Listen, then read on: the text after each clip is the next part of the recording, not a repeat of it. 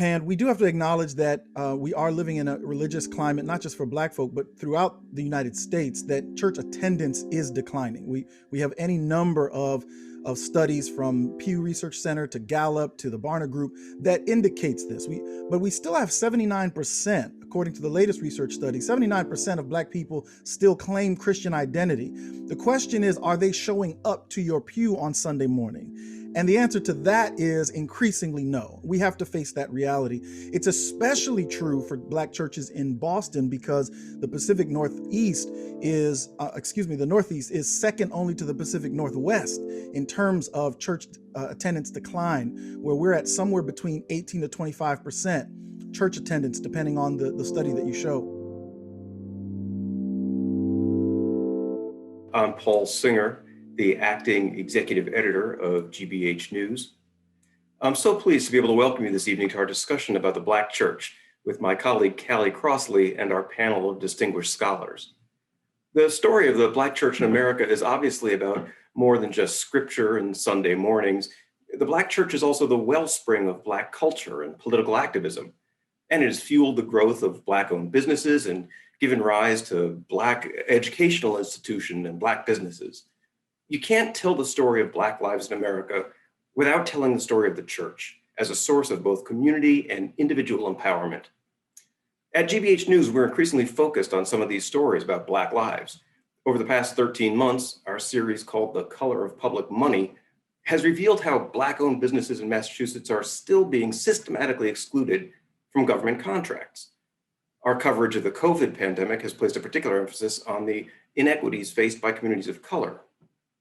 And the launch of a truly competitive race for mayor in Boston this year will allow us to explore deeply the emergence of a Black and brown political power in a city that's still known really for its Irish ancestry more than its African or Hispanic heritage. Our event tonight is inspired by the new upcoming PBS series by Henry Louis Gates Jr., The Black Church. This is our story, this is our song. It explores 400 years of the Black Church in America and its impact as a living institution within American culture. Joining us tonight to talk about the Black Church, our guests in order of appearance. The Reverend Dr. Theodore Hickman-Maynard is the Associate Dean of Students and Community Life, as well as Assistant Professor of Black Church Studies at Boston University. The Reverend Dr. Emmett G. Price III is Professor and Executive Director of the Institute for the Study of Black Christian Experience at Gordon Conwell Theological Seminary, Reverend Price is also the co-host of the All Revved Up podcast, along with our next guest, Reverend Irene Monroe, a syndicated religion columnist and Boston voice for Detour's African American Heritage Trail. Reverend Monroe is currently a visiting researcher in the Religion and Conflict Transformation program at Boston University's School of Theology. And finally, Dr. Yolanda Pierce is a professor and dean of Howard University's School of Divinity. She is the first woman to be appointed as dean of the Divinity School in its 150-year history. You'll find out more information about each of our guests by visiting the links we have shared with you this evening. And with that, it is my honor to introduce our host, Callie Crossley. Callie is the host of the weekly GBH News radio show Under the Radar with Callie Crossley, as well as the moderator of our Friday night public affairs television show, Basic Black. As a GBH News commentator, Callie also offers her thoughts, opinions, and wisdom each Monday on Morning Edition. Callie, to you. Welcome, good evening. So glad to have everybody here in this conversation. It's going to be a great conversation. I want to start this way. The expression, the Black Church, this is Dr. Emmett Price and Dr. Theodore Hickman-Maynard. I want you to address it. Speaks to a kind of singleness, a homogeneity of faith expression, an assumption about a sameness of doctrine. Even though, as we know, the Black Church is made up of about 7 major Black Protestant denominations, including National Baptist Convention, the African Methodist Episcopal Church, and the Church of God in Christ. So I want both of you to clarify the fact that the Black Church is in fact not monolithic. And I'm going to start with you, Dr. Hickman-Maynard. Thank you so much, Callie. It's so good to be here with you. You started with a question that's probably going to get us into a fight right off the bat. It's become quite common for scholars of Black religion and Black Christianity to refer to Black churches using the plural as a way of signifying just the truth of what you said, that the Black church has always been a diverse tradition. I prefer to use the term the Black church still, however, often the Black church tradition, to signify that despite this diversity, Black churches do come from a common experience of people of African descent coming into contact with a particular version of Western Christianity and having to do the hard work of reinterpreting that version of Christianity through a lens of liberation that saw Black humanity as valuable and, in fact, worthy of God. And so, despite all of the distinctions in terms of denomination and theology, there is a common experience that is at the heart and at the root of what many of these churches do, think, believe, and practice that causes there to be a kind of Black ecumenicity, where there is a family resemblance. It's like a big family reunion. You might have a lot of branches of your family, but you all wearing that same t-shirt. And I think it's vital for us to maintain that sense of common tradition,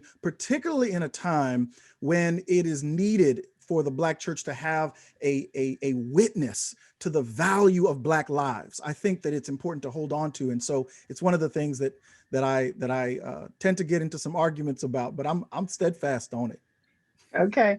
Reverend Dr. Emmett Price, Black churches or the Black church? Well, it's great to be with you, Callie. My dear brother gets no argument from me. I think everything that he articulated was right spot on. I think that the nuance of it, particularly in the 21st century, is what yields an addition of terminology.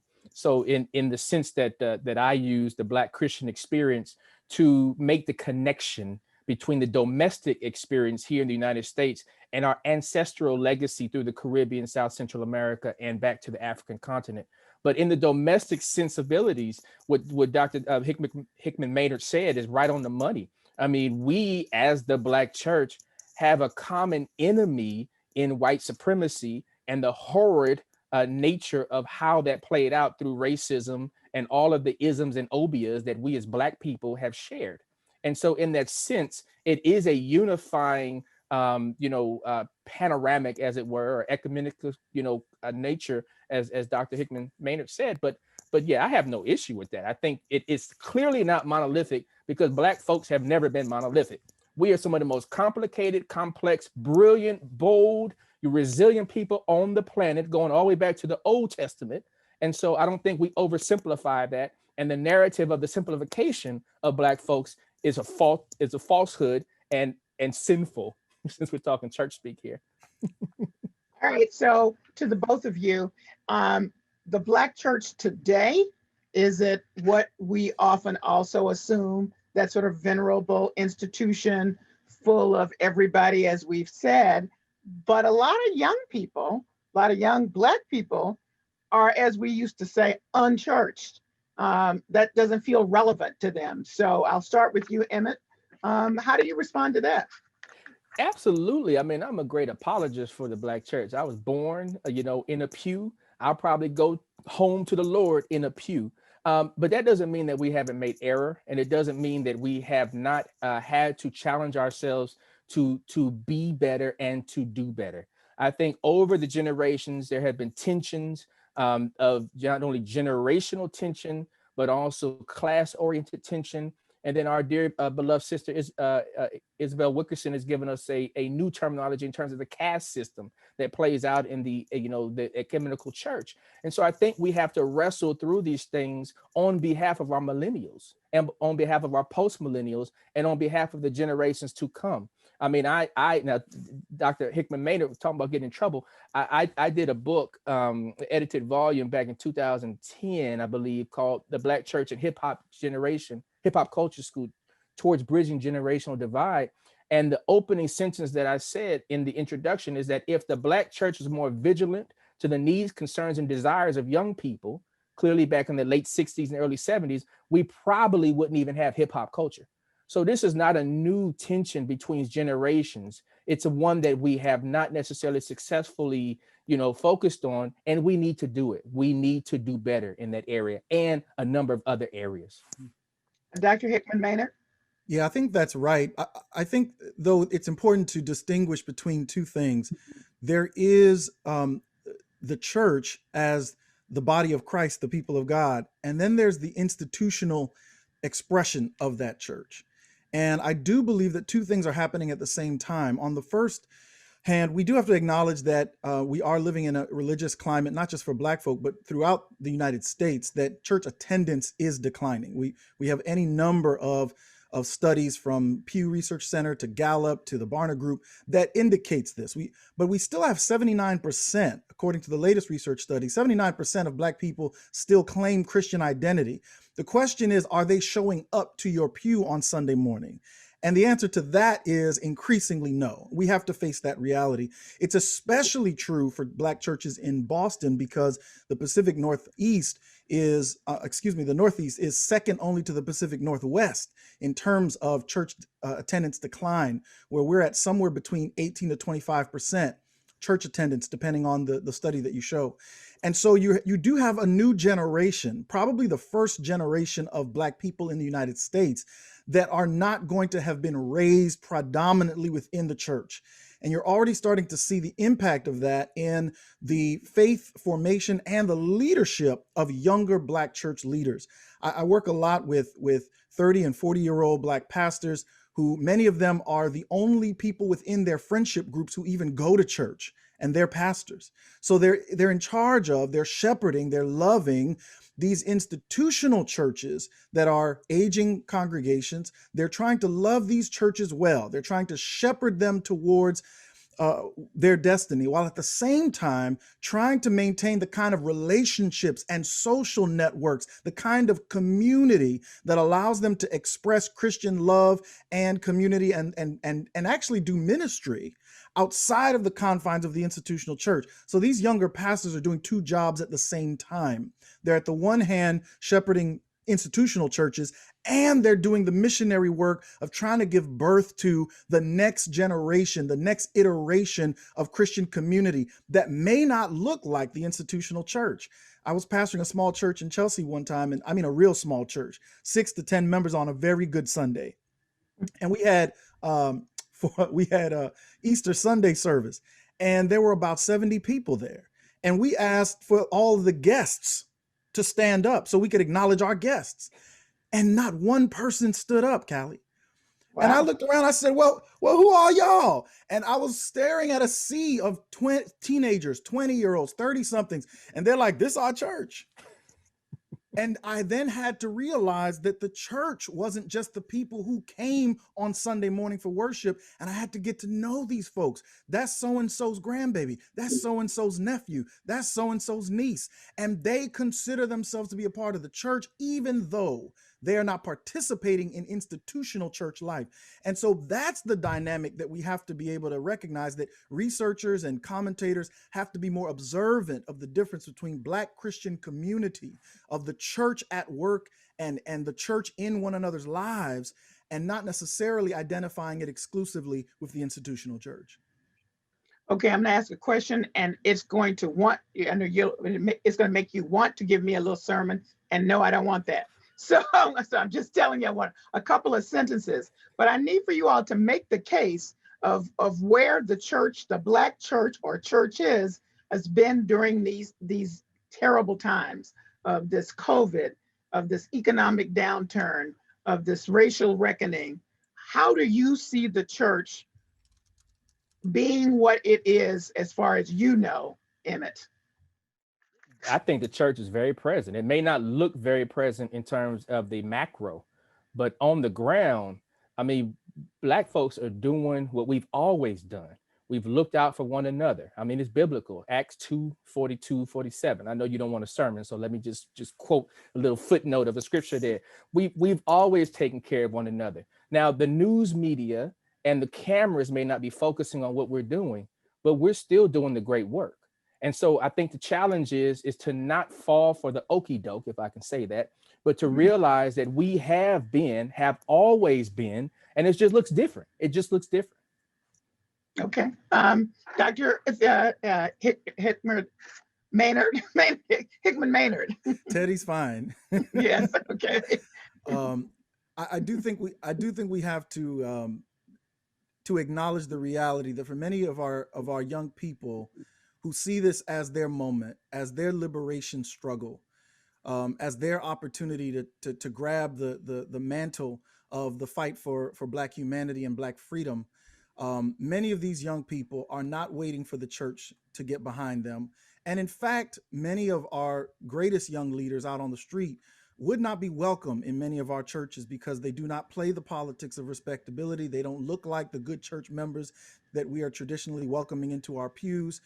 They don't subscribe to the same epistemologies, meaning they don't understand truth the same way. They don't have the same confined understandings of where we go to learn what's right and what's wrong. And because of that, there has not been an institutional voice, a strong institutional voice in that respect. However, going back to my point about distinguishing between the church and the institution, Dr. Leah Gunning Francis writes an excellent book called Ferguson and Faith, where she documents in the Ferguson uprising the incredible relationship between our activist leaders in the street and church leaders who found a way to be a part of the movement, an integral part, without claiming the center of it. These church leaders found a way to be active and instrumental while not hogging the microphone. And so this is the kind of leadership that's coming out of the Black church right now. It's humble leadership. It's collaborative leadership. It's leadership that allows other people to take the mic and we bail them out of jail when it's necessary. It's a different kind of expression that says we can lead like Jesus led, where we're not all about puffing ourselves up. It's not about putting our names on everything. My church name doesn't have to be over every masthead. My name doesn't have to be at the bottom of every flyer. That doesn't mean we're not doing the work. And so I think the church has to continue to find ways to do that, to find out where is the center of God's activity on behalf of and through Black people, and then follow the Spirit of God into those spaces, even if that leads us outside of our sanctuaries and into the streets with our young people, and make sure we don't take the mic from them when it's their turn to speak. Amen, Okay. my brother. Well, that leads me to my final question for you all, which is, I know you're not sorcerers, but as you look ahead and try to imagine a Black church or churches shaped by this time going forward, what does it look like? And just as an addendum to that, I hear a lot of some young Black people say, well, I don't do church, but I have faith. So I don't know how you accommodate that as well, or do you? But what does it look like?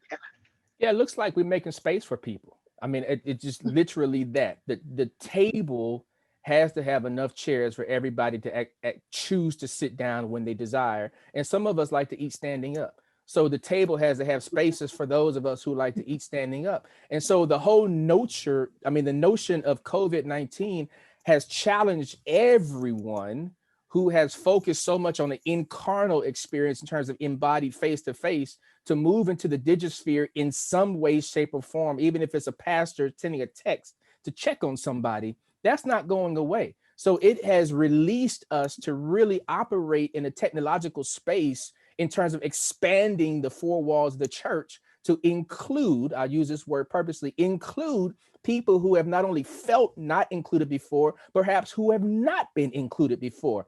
Many of us, because we care about people, we're reaching out to make sure that folks are okay. All right, Teddy. Yeah. You know, I wish I could give you a straight answer, but the truth is that I don't know. I don't know what the future of the Black church will look like because we're at an inflection point. We're in a crisis moment. And in times of crisis, people either do two things. One is they embrace the crisis as an opportunity to explore what's new and try to innovate and to follow the Spirit of God into new spaces and into new forms of Christian community. But the equally strong impulse in times of crisis is to get conservative, is to hunker down and try to hold on to what we got because it's all we have. And so when we come out of this COVID moment, you know, we do know that what COVID has taught us is the importance of human connection, right? We can't just live online. And so even though we're learning how to do online better, I think some people will flock back to the sanctuaries because we need that human connection.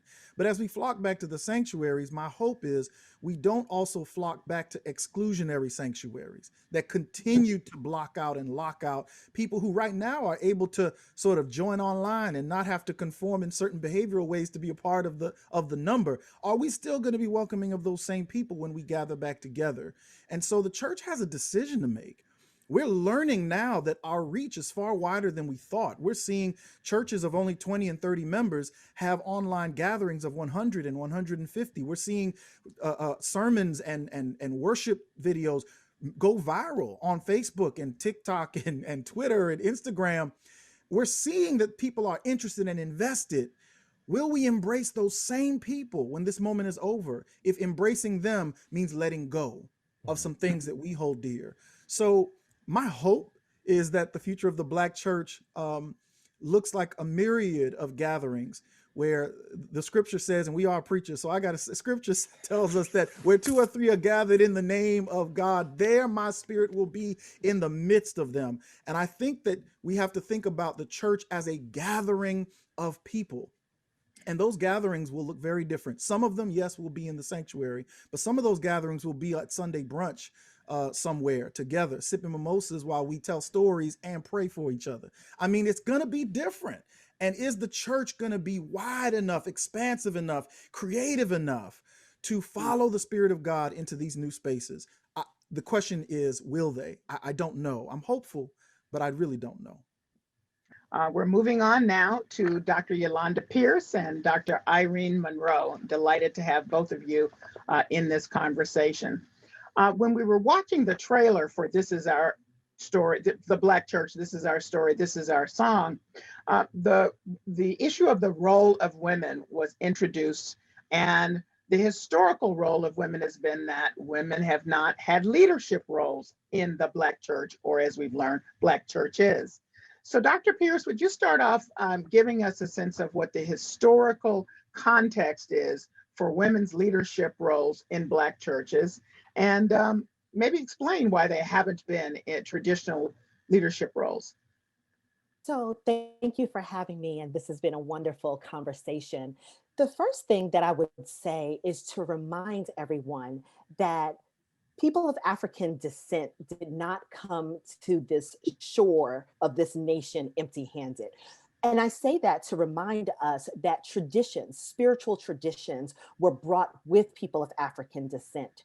And so we're talking about African traditional religions in which women would have been priestesses or griots or culture bearers, or would have been practitioners and leaders within their spiritual community.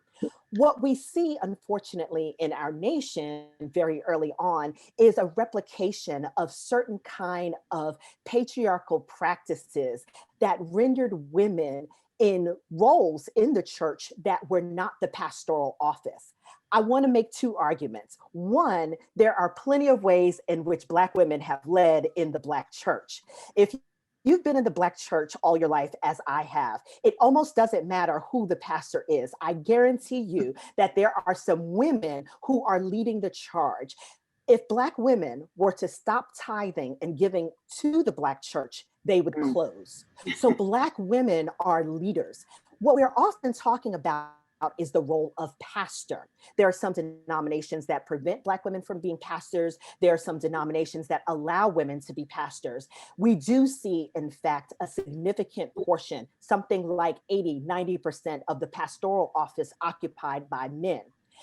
I want to challenge us, to think more broadly about how Black women do lead. And I also want to challenge us to think about the ways in which, as the Black church became an institution, it replicated practices that are not our own. It replicated certain kinds of sexist practices that rendered Black women invisible from the leadership roles. But that's not our origin story. Our origin story is not what white churches did in America. Our origin stories is what we have always done as a people, particularly emerging out of the African context. Dr. Pierce, how has that continued down through the years, and put that in context now? Like, where Is it so great now for women in Black churches or in the Black church? So it's a mixed picture. Because I'm at a divinity school, I train men and women for ministry, and I train almost equal numbers of men and women for ministry. So there's no issue there. The issue comes when these women seek positions as senior pastors and find that those doors are closed to them. So, what is happening is that Black women have expanded our definition for what it means to do ministry. Ministry is not just Sunday morning at 11 a.m., the person with a mic in his hand in the pulpit. Ministry is chaplaincy. Ministry is social justice work. Ministry is activism. Ministry is taking it to the streets, right?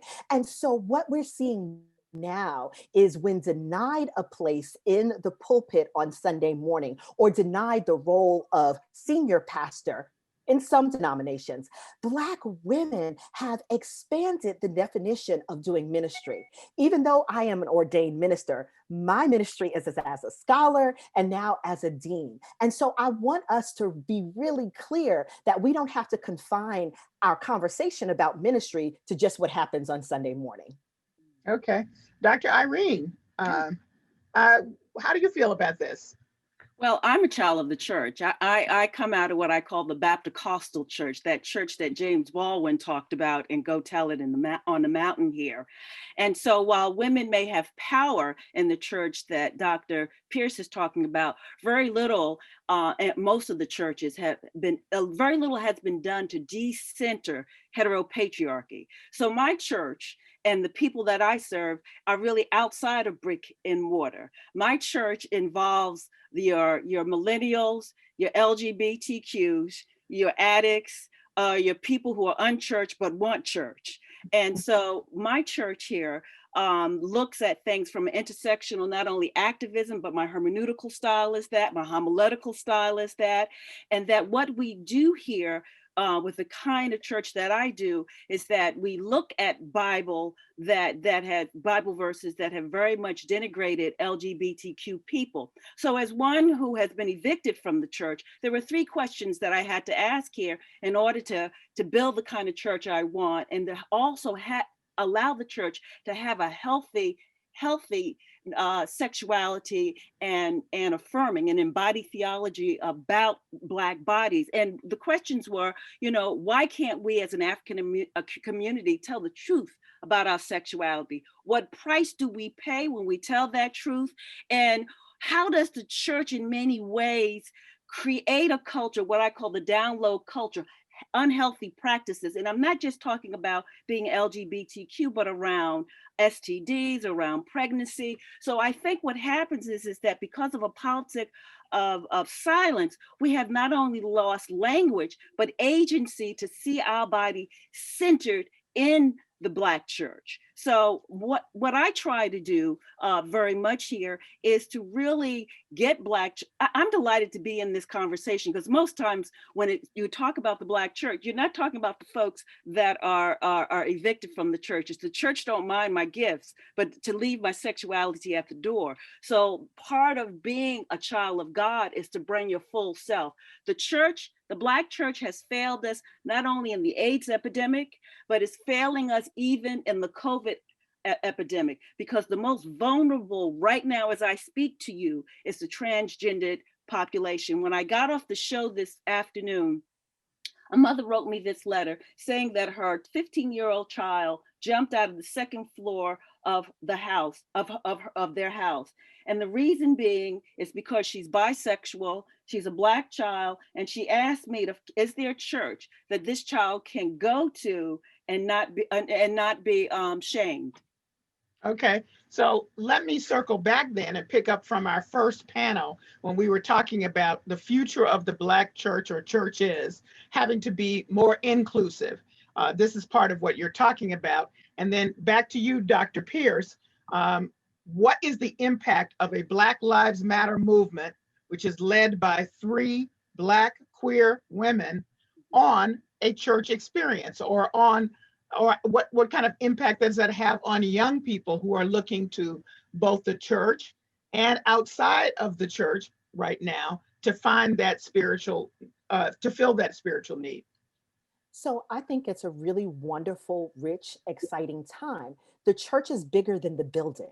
The church is bigger than just the institution, right? So I'll join my brothers who are preachers and took a verse.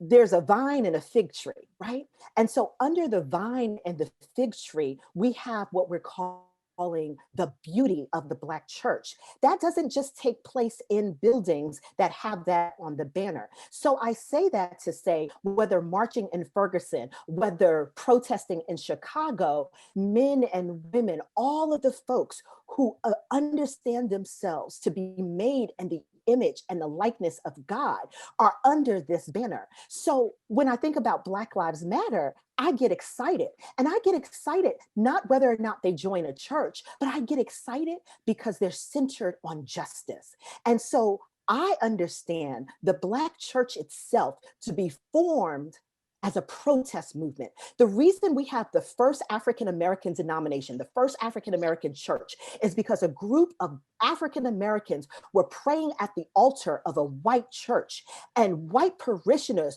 pulled them from their knees. They protested that by creating a space where they could worship freely. The Black church is a protest movement. So wherever the fight for justice is going on, that's where the Black church can be located. I love the Black Lives Matter movement. I consider myself a part of that. I'm training people for the Black Lives Matter movement, but I'm also training them to be in spaces and to occupy territory where the churches have not traditionally gone. We can talk about the failures of the church. We can talk about the erasures. We definitely can talk about the patriarchy. We can talk about all of the isms. But what we cannot do is neglect to mention that the Black church has been a place of affirmation and dignity for the least of these. Gay folk have always been in the Black church and have found respect and dignity sometimes in the church, even when they've been denied it in the larger culture and society. We can talk about our failings, as my sister just mentioned, but we could also talk about places of dignity and affirmation. That's the vine and that's the fig tree. Dr. Irene, before you speak, just it reminded me of James Cone. The Black church was the creation of a Black people whose daily existence was an encounter with the overwhelming and brutalizing reality of white power. Absolutely. Reverend Monroe. Yeah, it's very, very interesting. I love the fact that Dr. Pierce and my other brothers, in the cloth here have said, the church is a movement, and it's absolutely that. But what I'm talking about is that, and I am talking about in this instance, wherever Black people gather as church, I too want to sit there and bring my wife with me and take communion and be accepted as part of the church. What I want here is it's not to hear this. No, we up in the choir. No, you cannot get gospel music without, who, by the way, I wrote a piece called Gospel Music in the Key of Queer.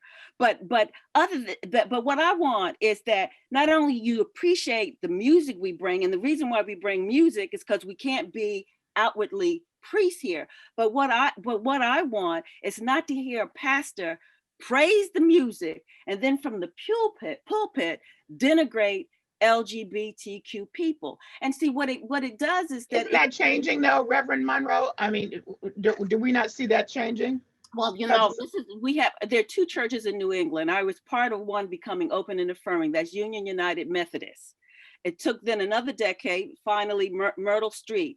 And what's so wonderful, you're seeing two, outward gay men as ministers. But that change, too does not negate the rule, because the creeds, the doctrine, and the people in power have not changed. And I just need to say this: the NAACP had a historic meeting in 2008. It invited all of us LGBT leaders. They apologized to us for their homophobia. What the church needs to do is a moment of reconciliation. They need to do what the NAACP, gather us all and do apology. Say, I'm sorry I wasn't there, during the AIDS epidemic, because there's no reason for them not to be here during this COVID epidemic. We are dying, trans people are dying, and it shouldn't fall on queer ministers like myself, the only person funeralizing these folks. What about the young people that we were talking about a little earlier? those who, some who I use the expression unchurched, but who are still feel a connection with church? Aren't they going to be the drivers of changing some of what you're talking about right now, Reverend Monroe? Well, And then absolutely. I want Dr. Pierce to answer as well.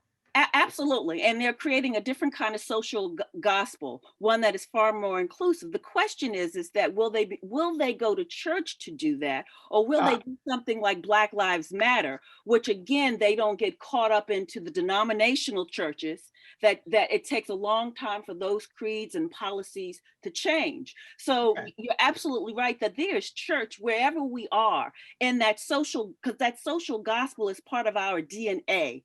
But the point is that it won't be brick and mortar, and it won't even be viral. I mean, because right now all of us are doing Zoom. So there are different ways in which we bring the ethos and essence of the Black church, but the Black church itself has to transform in order to have some solvency moving forward. Dr. Pierce? I love that. I want to affirm my sister, and I want to say that it has to be both and. And the both and is important to me. Let me tell you why the brick and mortar is important to me, because our Black churches built our Black schools. There would be no HBCUs, and I am at an HBCU right now, if there were no Black churches. Our Black churches were the first property that many Black folks could own. When they could not even own private homes, they in fact could incorporate to own a church. This brick and mortar is important to me. These places of sanctuary are important to me, but they cannot be the only thing. And this is where my sister Monroe, she's got it exactly right. I am watching on Clubhouse, people launch churches that are open, that are affirming, that are saying, we've got to do something different. And they might not ever actually meet in person. They might not even be in the same city or even on the same coast, but they are finding places to love one another. They're finding places to be in fellowship and communion with one another. And so I'm excited about what's happening in virtual world, but I'm also excited about what is always going to happen in the brick and mortar places that we have built as protest movement, but also again, as haven. What I miss about church in this COVID epidemic is not the sermons, it's not the music. Listen, I have Spotify, I can have all the music I want. There are plenty of. What I miss is that Sunday after Sunday, I attend church. Sometimes I travel for work. If I'm gone 2 or 3 weeks, when I come back to the pew, there's a church mother, and she pats me on the shoulder and she says, you know, baby sister, I've seen you've been gone for a few weeks. You okay? Yes, ma'am, I'm okay. That moment of caring, that moment where somebody is looking out for me, that moment where somebody sees this Black female body and wants to know that I'm doing okay, that is real. That sustained us through slavery. That sustained us through the Mayafa. That sustained us through Jim and Jane Crow.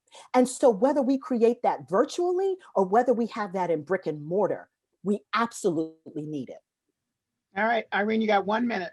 Okay, I agree, but the interesting thing is, I live under this shadow of the theological qualifier, sort of love the sinner but hate the sin, and so it's wonderful. See, I think what happens is when you do have heterosexual privilege, you might not be able to see the ways in which someone who is queer like me might not get embraced by that church mother, because she would say to me, which some have said, "Girl, you need to get straight," no pun intended, with God. So the point is that we really need to really address an embodied theology. And I really think that the church, as you say, is in a unique position to do so, because it changes attitudes, not only in the church and its parishioners, but it spirals outside into the community. So you're right, the centrality of the Black church is important because it functions as a multiple site, but yet again, we need an embodied theology to bring about the paradigm shift that we're asking for, at least I'm asking for. All right. Well, it's the audience's turn to ask questions, so I'm switching over. Here's one that a lot of people were curious about, and this is to any one of you can answer. Where do Black Catholics fit in the tradition of the Black church? well, as the resident historian, I'll take I'll take a stab at that. So this is a reminder, and this is where I think the documentary does an amazing job. And as one of the people involved in the making of it, there is a rich religious diversity when we talk about the Black church. There are the traditional Black founded denominations, but the Black church also encompasses those other denominations in which African Americans have had a significant presence. That's the Episcopal Church, that's the Catholic Church. We also have to remember 20 to 30% of enslaved Africans were practicing Muslims. So part of our early Black religious experience is Islam as well. And so the Black church also includes Black Catholics who found themselves in the Catholic Church, but creating spaces that were their own, creating choirs, looking through the lens of Catholicism differently because of their culture, because of their Black experiences. And so when we talk about the Black church, we're not just talking about the Black founded denominations, but we're talking about the ways in which in mainline denominations, in white denominations, in other cultural spaces, African Americans have found a way to be true to themselves and authentic to themselves, even as they're embracing the doctrine of a place like the Catholic Church or the Episcopal Church or even the Presbyterian Church. So again, vine, fig leaf, where are you finding your cultural and your ethnic and your familial and your traditional experiences that are allowing an expression of your Blackness? And Black folk have found it even outside of the traditional Black founded denominations. And I would just add, if you've not been to a a Catholic church that is predominantly Black, then you don't know what we're talking about. Reverend Emmett, let me ask you a question that I know that you have addressed in the past, and I've heard you address. Where is the connection between Black members of a Black church and in an integrated church? How have you been observing that relationship? Yeah, I think there are many who feel led to be, if not diversifiers, but part of this this ministry of multi-ethnic populations. I think in many ways it's a movement that kind of stirs this notion of reconciliation. Some feel called to it, others don't. I think the challenge is that we, in essence, biblically, are part of the human race, if I can do this. And within the human race are a multitude of ethnicities. Because of the awful sin of supremacist ideologies, then we've kind of renamed things, right? So we have races as opposed to ethnicities. And so in many ways, many people feel that their challenge is to try to bridge these ethnic expressions to be a people rather than Black folks, white folks, Asian folks. And so, it's a challenge. To the point about the Catholic Church, I grew up in Los Angeles, California. St. Bridget's Catholic Parish, the church that gave us Amanda Gorman, was one of the Blackest churches in Los Angeles. Had the bomb choir, which is a highlighted good word, and also were fully involved in social justice. So when I came to Boston and I heard that Catholic, Irish Catholic, whatnot, I was like, no, Black folks are Catholic, right? Caribbean folks are Catholic, right? My family from New Orleans are all Catholic, right? So this cultural piece that Dr. Pierce is talking about is hugely important. Dr. Hickman-Maynard, how does Reverend William Barber and the Poor People's Campaign fit into the Black church tradition? Yeah, well, it's interesting. We've been talking so much about the new Black church and kind of trying to locate how we're going to be different than the traditions of our forefathers. I think Dr. Barber has said, well, the old Black church is still here too, in the sense of using the position of visibility and authority that is afforded to him as a Black minister to be a spokesperson, not just for his congregation, but for all Black people. And then from that standpoint, to join in common cause with other justice loving communities to form a coalition that, though it springs from his Black Christian faith is consistent with and allows him to partner with folks from other traditions, both religiously and racially, in order to build a dynamic coalition for justice. That was what happened in the civil rights movement. That is what has been the most paradigmatic form of Black Christian public activism.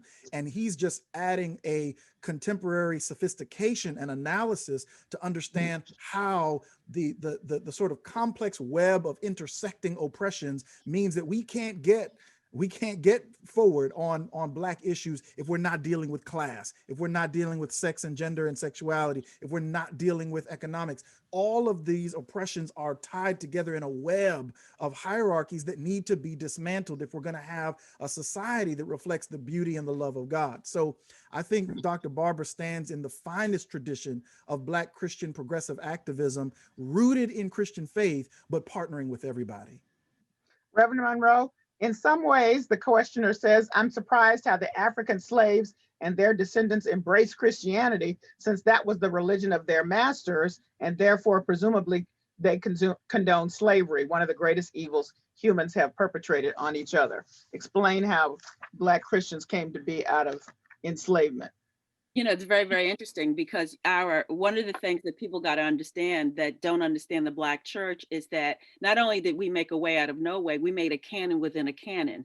This is why the Exodus narrative is one of the most important and liberative, books in the African American Christian tradition here. And so it's very, very interesting. Black Christianity is very much about changing the system because it's about liberation.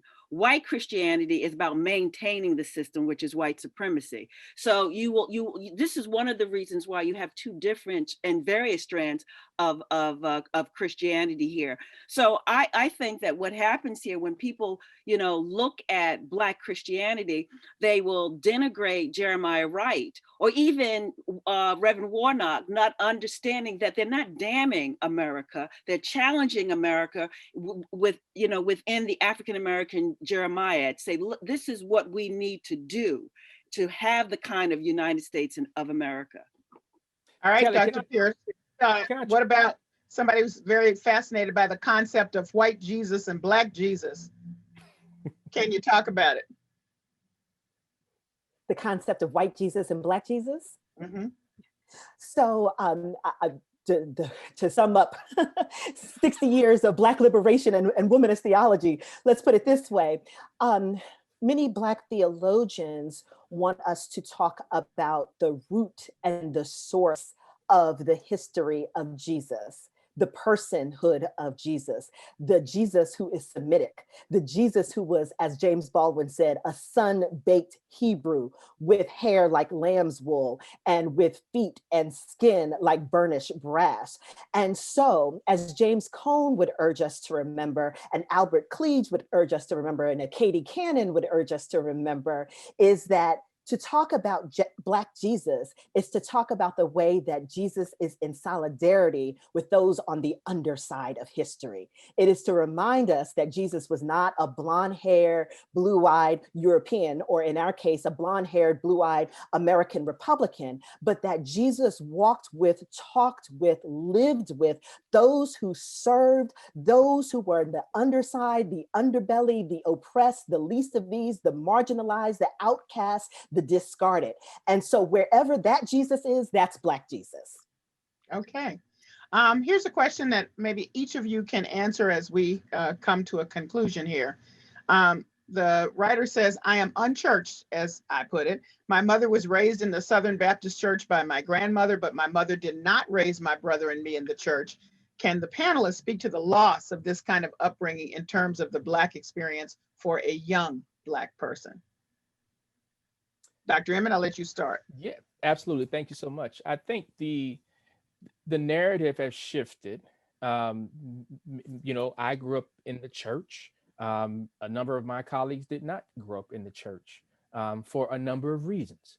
The church has also been a location of trauma and pain for some, and they've chosen not to, as I think Irene has voiced from her own personal narrative. And so I think that there is a potential loss there, but there's also a potential gain. I don't think that we have one road map that all folks have to go through.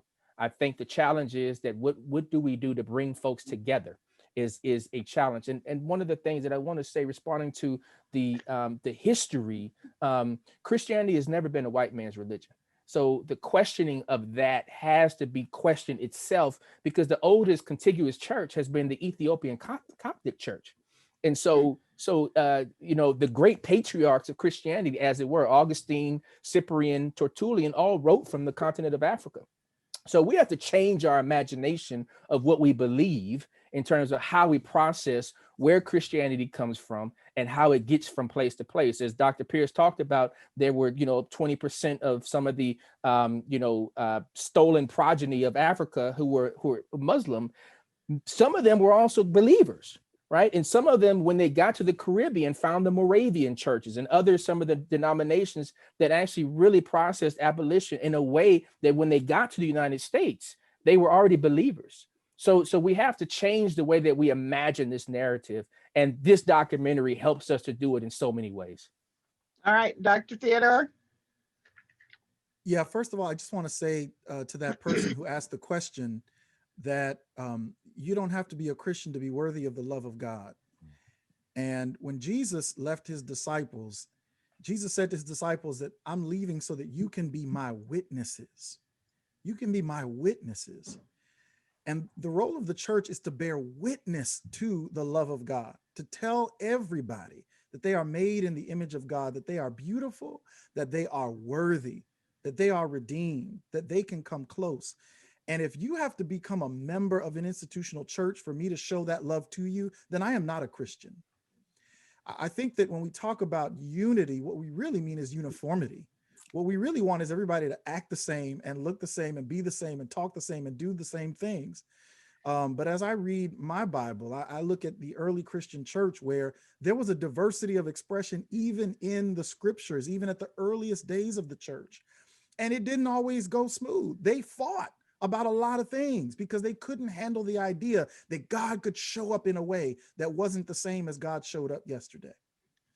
And so I really believe that the Black church has a gift. We have a particular way of seeing and thinking and being and behaving that is a gift to the world. And that gift goes away if you don't nurture it, right? So I believe in the church. I believe in the institutional church too. As Dr. Pierce said, there's a gift there too. But a gift also isn't a gift unless you give it away. And so what we have that is so valuable is not for us to hoard, but to share and express through our relationships across the boundary lines of church and world. And so that is what I hope the Black church would continue to express to those who do not claim it to be their home. Okay. Irene. All right. Well, you're never too late to join a church or a worshiping body.